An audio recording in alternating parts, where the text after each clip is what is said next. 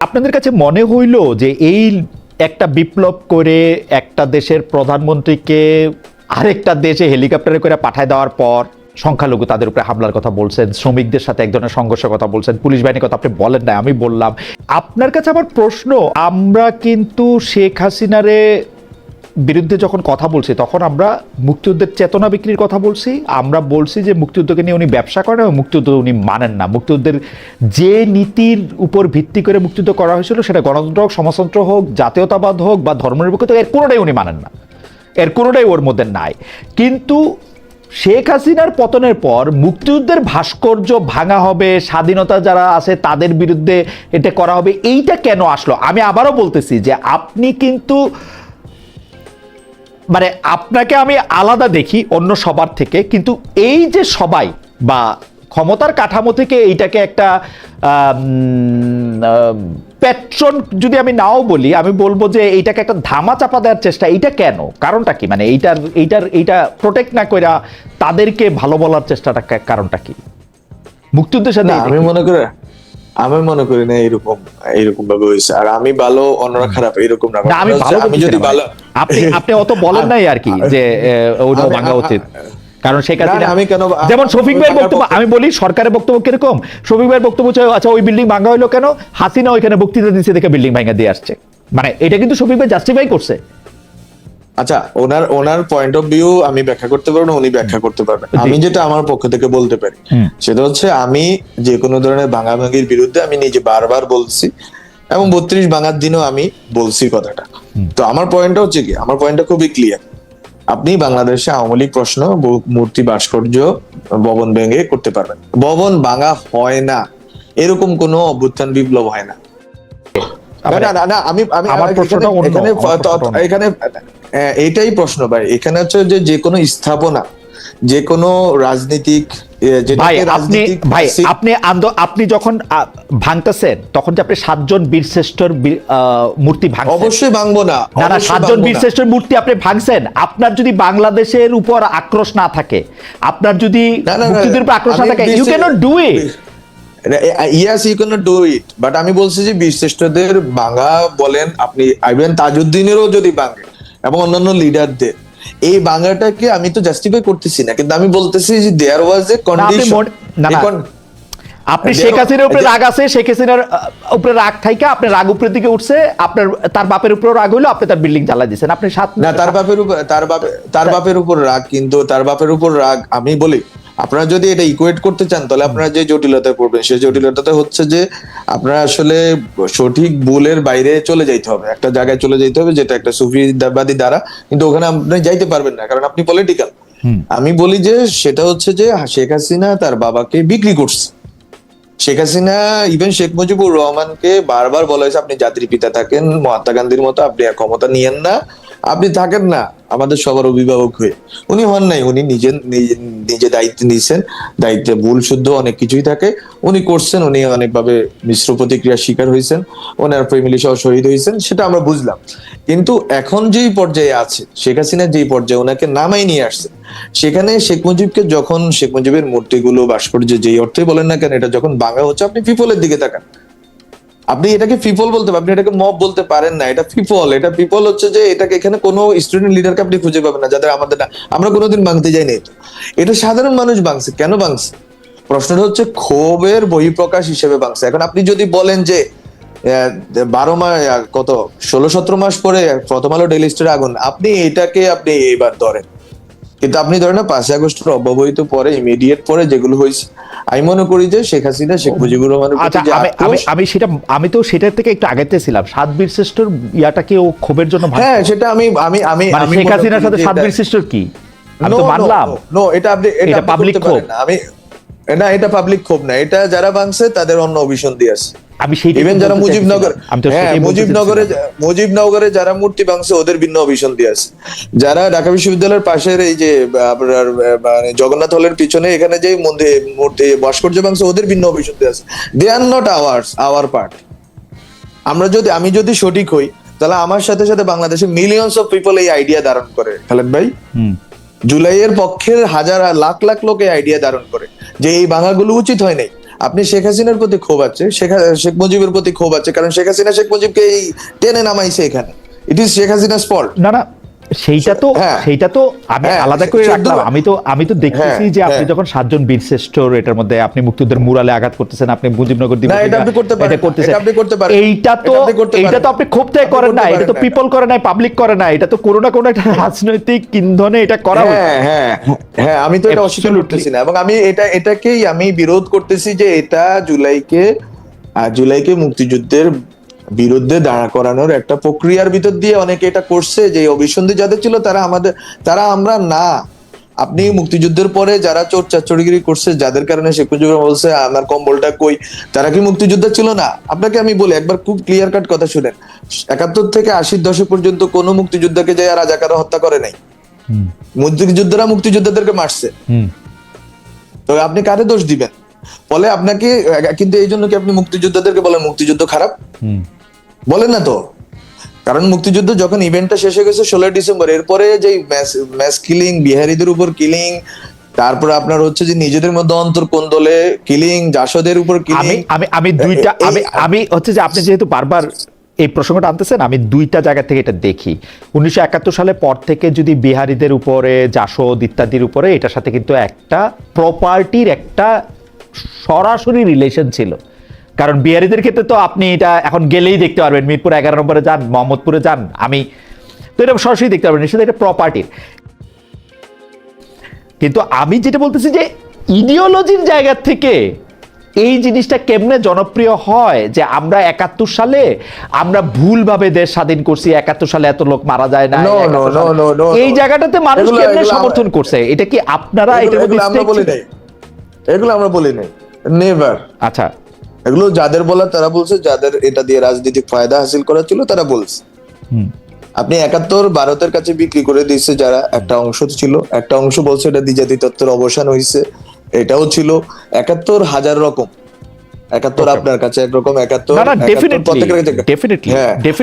আপনার, হ্যাঁ, এবং 47 হাজার রকম। পাকিস্তান আন্দোলন, আবুল হাশিমের পাকিস্তান আন্দোলন হচ্ছে বেসিক্যালি গ্রেটার বেঙ্গল করার আন্দোলন, মাওলানা ভাসানীর আন্দোলন, শেখ মুজিবুর রহমান, আমি শেখ মুজিবুর রহমানের একটা লেখা ওই সময় ছাপানো হয়েছে 47 সালের, এটা আমি আমার রিসার্চের কাজে এটা ইউজ করছি। হ্যাঁ, 47-এ শেখ মুজিবুর রহমান নিজে বক্তৃতা দিয়ে বলতেছে আমরা অখণ্ড বাংলা চাই। এখন ওই রাজনীতি যারা করছে, আর শাহজিজুর রহমান তখন বিরোধিতা করছে, সেই শাহজিজুর রহমান আবার পাকিস্তানের পক্ষে 71 সালে, আর শেখ মুজিবুর রহমান 71-এর নেতা। ফলে এগুলো প্রত্যেকটা রাজনৈতিক ঘটনারই অনেকগুলো চরিত্র দাঁড়ায়, এবং কোনটা সহি চরিত্র কোনটা বেসহি চরিত্র সেটা তো আসলে ইতিহাস নির্ধারণ করবে। আর আমার মনে হয় যে আমি একটু বর্তমান রাজনীতিতে ফিরে আসি। আপনার কাছে কি মনে হয় যে বাংলাদেশের, মানে আমি এই কথাটা প্রায় শুনি যে বাংলাদেশের বেশিরভাগ মানুষই আসলে 71 সালে যে বাংলাদেশটা স্বাধীন হয়েছে এইটার বাস্তবতাটা ঠিক অনুধাবন করে নাই, সেই জন্য এটাকে মুক্তিযুদ্ধ না বলে এটাকে গন্ডগোল বলে। অনেক মানুষই রাজনৈতিকভাবে এটার পক্ষে ছিল না, অনেক মানুষ এটা আসলে বুঝতেই পারে নাই, এবং সেটা ভারতের ষড়যন্ত্রে এবং চক্রান্তে পাকিস্তান থেকে তার আলাদা হইতে হয়েছে। আপনার কাছে কি মনে হয় বাংলাদেশের বেশিরভাগ মানুষ কি এখন অবশ্য এই মনে করে না? হ্যাঁ, এটা মনে করে না, এটা মনে করে না, আপনি মনে করেন এগুলো একটা নির্দিষ্ট রাজনৈতিক গোষ্ঠীর প্রচারণার অংশ, যে তারা এইভাবে বাংলাদেশটাকে ডেফিক্ট করতে চায়। বাংলাদেশের প্রত্যেকটা ইভেন্টকে আপনার ওই স্পেসিফিক চরিত্রের জায়গা থেকে ব্যাখ্যা করতে হবে।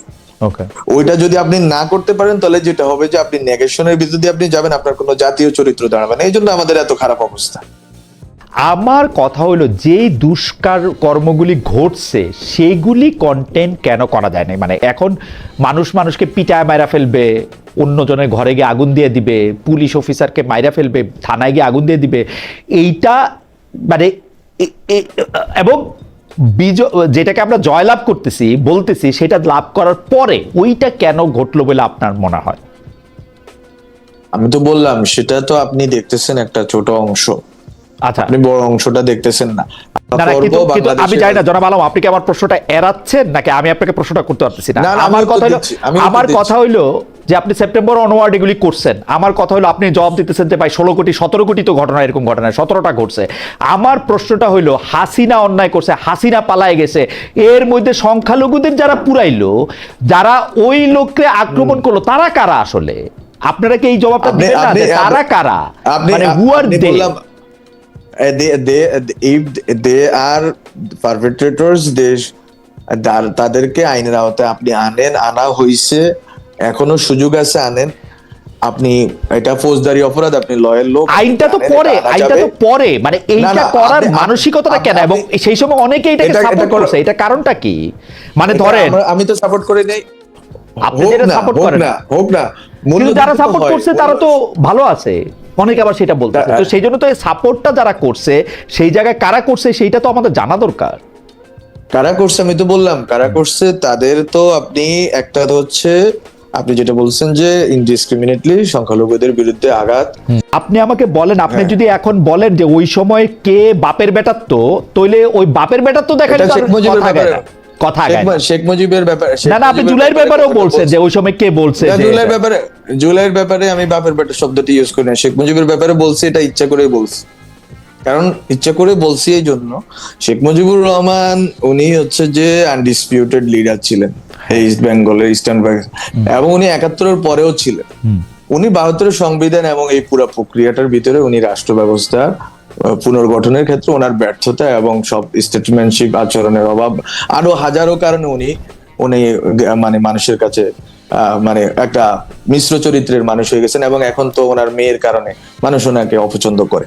কিন্তু বিষয়টা হচ্ছে কি, আপনি যখন একটা ইতিহাসে বসেন, আমি কেন এটা বলতেছি, আপনি শব্দে পড়ে থাকেন না, আপনি যদি আগান, যেটা হচ্ছে আমি কেন কথাটা বলছি, যে লেজিটিমেসি যেটা, আপনি যদি ওই গভর্নমেন্টে স্টুডেন্টরা না হয়তো অনেক, আমি আপনাকে শুধু একটা কথা বলি, ওই সময় একটা পরিস্থিতি এরকম ছিল যে লেজিটিমেসি ক্রাইসিসে পড়তে হইতো গভর্নমেন্ট। আমি দুইটা বিষয়ে আপনার একটু মতামত জানতে চাইবো। যে একটা হচ্ছে যে মার্কিন যুক্তরাষ্ট্রের সঙ্গে বাংলাদেশ যে চুক্তি করছে সেটা আপনারা, মানে আপনি অবশ্য প্রত্যেক করে বাইরে আসছেন, কিন্তু আপনাদের আপনি যে সরকারে ছিলেন সে সরকারে ছিল, তারা এটা 9 তারিখে করছে। এই ব্যাপারে অল্টারনেটিভসের বা যেন মাহফুজ আলমের কোনো আলাদা অবস্থান আছে কিনা, যে চুক্তিটা কেমন হয়েছে, ভালো খারাপ, আগে পরে? আমাদের এখানে খুবই ক্লিয়ার কথা, আপনি হচ্ছে ইমিডিয়েট রেজাল্টের জন্য যদি আপনি একটা করেন তাহলে আপনি এটা করছেন, কিন্তু আমি মনে করি যে এটা লং টার্মে এটা বাংলাদেশের স্বার্থের জায়গা থেকে অনেক ক্ষেত্রে আমাদেরকে ক্ষতিগ্রস্ত করবে। বিশেষ করে আমরা যে কথাগুলো বলতেছি, আমাদের নিজস্ব জ্বালানি, আমাদের নিজস্ব ফসলের প্রশ্ন, আমাদের নিজস্ব যে শিল্পের প্রশ্ন, এগুলোতে আমাদেরকে বাধাগ্রস্ত করবে। এবং সরকারকে এটা যত দ্রুত করা যায় রিভিজিট করা উচিত, বসা উচিত আবার এই নেগোসিয়েশনে, and they should think about their slogan যে বাংলাদেশ ফার্স্ট। তারপরে তারা যা ইচ্ছা ট্রিটি করুক, কোনো অসুবিধা নেই, যে কোনো দেশের সাথে ট্রিটি হইতে পারে। আপনি চুক্তিটা দেখছেন কিনা, এটা বাংলাদেশের পক্ষে গেছে? বা আমি চুক্তিটা দেখি না, কারণ আমার সময় ক্যাবিনেটে এটা তোলা হয়নি, আমি জানিও না এটা। ওই সময় আমরা জানতাম যে এটা একটা ট্রেড নেগোসিয়েশন, খলিল ভাই এবং ওই সময় যিনি ছিলেন বশির ভাই, ওনারা করতেছেন, তো ওনারা করছেন, ওনারা যাওয়া আসা করতেছেন নিয়মিত, এটা আমি জানি। ওই সময় আমি ওয়াশিংটনে নিজে গেছি, যখন নিউ ইয়র্কে ছিলাম, ওই যে আগস্ট মাসে বোধহয় আমার প্রোগ্রামে, তো তখনও আমি জানতাম যে এই কাজটা চলমান আছে, আমাদেরকে এম্বাসির লোকরা বলছে। তো এইটা চলমান আছে এটা আমরা জানি, কিন্তু এটা ডিটেলস আমি নিজে পড়ি নাই। আমার যেটা যতটুকু পত্রিকাতে কলাম এখানে সেখানে লেখা হয়েছে, এই জন্য আমি বলছি আমাদের কিছু স্বার্থগত জায়গাতে ইমব্যালেন্সড একটা জায়গাতে চলে গেছে। এটাকে আপনি সরকার যদি বাংলাদেশ ফার্স্ট নীতি অবলম্বন করে, সরকারকে এটা রিকনসিডার করা উচিত, রিভিজিট করা উচিত, রিনেগোশিয়েট করা উচিত। আরেকটা বিষয় নিয়ে আমি একটু কথা বলি, সেটা হচ্ছে যে ডক্টর জাহেদ রহমান, মানে বাংলাদেশের সাথে ভারতের সম্পর্ক, বাংলাদেশের একজন উপদেষ্টা, উনি ভারতে গিয়েছেন, তাকে আসলে 2 ঘন্টা সেখানে বসিয়ে রাখা হয়েছে, অনেক প্রশ্ন করা হচ্ছে, তিনি আবার সেখানে ফিরে আসছেন। আপনি কি মনে করেন বাংলাদেশ ভারতের সম্পর্কের ক্ষেত্রে এইটা বলা হয় যে বিএনপি ভারতের সাথে এক ধরনের ভালো সম্পর্কই চায় বা প্রতিশ্রুত, তো সেই ক্ষেত্রে এইটাকে আপনি আসলে কিভাবে বিশ্লেষণ করেন? মানে এইটা হচ্ছে আমার মনে হয় যে আসলে এটা আপনি অনেকভাবে ব্যাখ্যা করতে পারেন, যে বাংলাদেশে এখন ভারতের সাথে একটা শীতল পরিস্থিতি থেকে তারা ইলেকশনের পরে তারা নিজেরা ইলেকশন বারবার দাবি করছে। হ্যাঁ, দ্যাট ইজ ইন্টারেস্টিং। তারা গত 17 বছর ইলেকশন চায় না, বাট ইন্টারিম সরকারের সময় তারা বারবার ইলেকশন দাবি করছে যে ইলেক্টেড গভর্নমেন্টের সাথে তারা কাজ করবে। এখন ইলেক্টেড গভর্নমেন্টের সাথে তাদের কেন বনিবনা হচ্ছে না, তারা কেন এই টেনশন গুলো জিয়ে রাখতেছেন, এটা তারা ভালো বলতে পারেন। আমি কিভাবে বলবো এটা? ইন্ডিয়া আচ্ছা ইন্ডিয়া আচ্ছা, কেন অনেকে যে immigration-এ- বলেন, যারা মাহফুজুল আলম, অনেকে যে বলেন যে খলিলুর রহমান সাহেব যিনি ছিলেন ডক্টর মোহাম্মদ ইউনূসের নিরাপত্তা উপদেষ্টা, তিনি যে জনাব তারেক রহমানের পররাষ্ট্রমন্ত্রী হলেন, অনেকে যে বলেন যে এটা আসলে ইন্ডিয়া এবং আমেরিকার কার্ড বা আমেরিকার চাপে পড়ে এই সরকারকে এটা করতে হয়েছে। আপনার কাছেও কি তাই মনে হয়, নাকি এটা একটা ধরেন খলিল সাহেব এত যোগ্য লোক যে তাকে নিতেই চাইছে বিএনপি, সেজন্য তাকে নিছে? আপনার কাছে কোনটা মনে হয়? এটা এটা বিএনপি ভালো বলতে পারবে, বিএনপি কাছে তো আমি কি করি মনে না। মানে আপনার কাছে কি আমার- মনে হয় যে মানে আমার- একজন অন্তর্বর্তীকালীন সরকারের উপদেষ্টা এত গুরুত্বপূর্ণ যে তাকে পররাষ্ট্রমন্ত্রী হিসেবে বিএনপির মতো এরকম একটা পুরনো দলে নিতে হবে? মানে এটা আপনার কাছে কি মনে হয়? বিএনপি টেকনোক্রেট নিতে অভ্যস্ত, টেকনোক্রেট বিএনপি সেই অনেক আগে থেকেই নেয়। নেয়, তো এটা আসলে টেকনোক্রেট মানে হচ্ছে, সেটা- টেকনোক্রেটদের মধ্যে তো বিএনপি মানে ধানের শীষ মার্কা টেকনোক্রেটও অনেক আছে। মানে এই ডক্টর মোহাম্মদ ইউনূস মার্কা এখন- টেকনোক্রেট কেন নিতে এখন হলো? না না, আপনি কোনটা দানেশিস কোনটা ডক্টর মোহাম্মদ ইউনূস এটা তো আপনি কিভাবে জানেন? আমি জানি না, আমি জানতে পারিনি। আচ্ছা।